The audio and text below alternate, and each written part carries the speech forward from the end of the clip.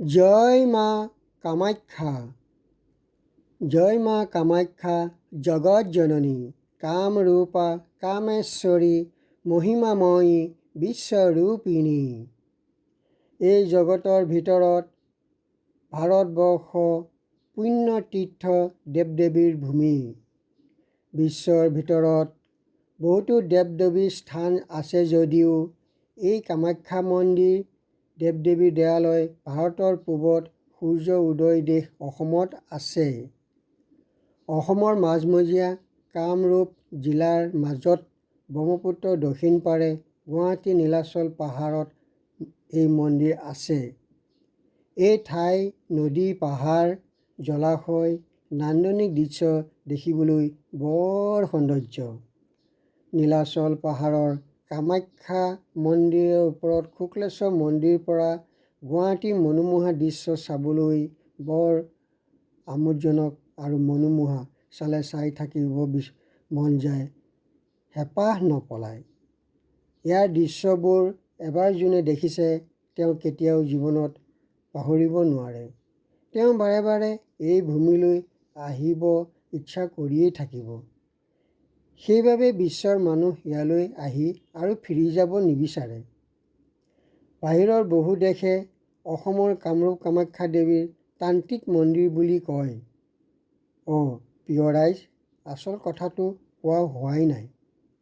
এই কামাখ্যা মন্দিৰ কিয় বিখ্যাত জানেনে? তাৰ আগতে এই কামাখ্যা মন্দিৰ দৃশ্যবোৰ দেখি কেনে লাগিছে জনাব নাপাহৰিব। ভিডিঅ'টো চাই ভাল লাগিলে লাইক শ্বেয়াৰ ছাবস্ক্ৰাইব কৰিব বুলি আশা ৰাখিলোঁ।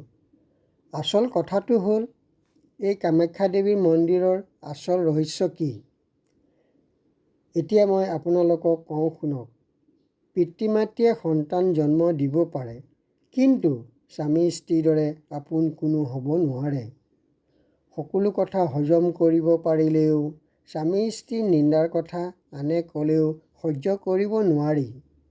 ঠিক তেনেকৈ সতী পাৰ্বতী আৰু দেউতাক দক্ষৰাজে দক্ষযজ্ঞ পাতিছিল। সেই যজ্ঞত পাৰ্বতী আৰু মহাদেৱক নিমন্ত্ৰণ কৰা নাছিল। তেতিয়া পাৰ্বতীয়ে নাৰদ মুনিৰ পৰা জানিব পাৰি বিনা নিমন্ত্ৰণত যজ্ঞলৈ গ'ল। পাৰ্বতীক যজ্ঞত দেখি পিতৃ দক্ষৰাজে মহাদেৱক নিন্দা কৰি বহু কথা ক'লে। তেতিয়া স্বামী নিন্দা সহ্য কৰিব নোৱাৰি পাৰ্বতীয়ে যজ্ঞ অগ্নিকুণ্ডত দেহ ত্যাগ কৰিলে।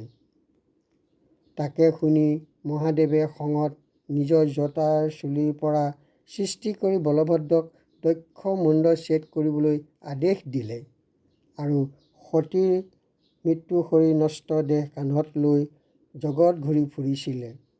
তেতিয়া বিষ্ণুৱে সুদৰ্শন চক্ৰেৰে সতীৰ নষ্ট দেহ 51 ভাগত বিভক্ত কৰিলে।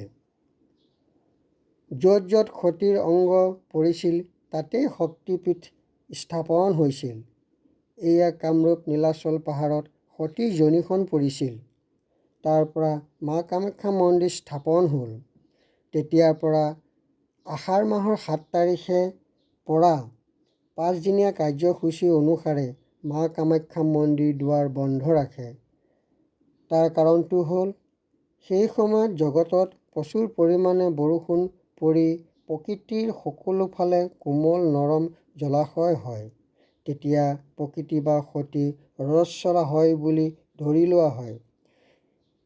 সেইবাবে প্ৰতি বছৰে সেই সময়খিনি প্ৰকৃতিৰ ৰজস্বলা হিচাপে জয় মা কামাখ্যা মন্দিৰত অম্বুবাচী মেলা পৰম্পৰাগতভাৱে চলি আহিছে আৰু যুগে যুগে চলি থাকিব বুলিও আমাৰ সকলোৰে বিশ্বাস। প্ৰিয় বন্ধু বান্ধৱীসকল, ভিডিঅ'টো চাই কেনে পালে জনাব বুলি আশা ৰাখিলোঁ। শেষলৈকে ভিডিঅ'টো চাই থকা সকলক মোৰ হীৰা ভৰা অভিনন্দন যাচিলোঁ। ধন্যবাদ।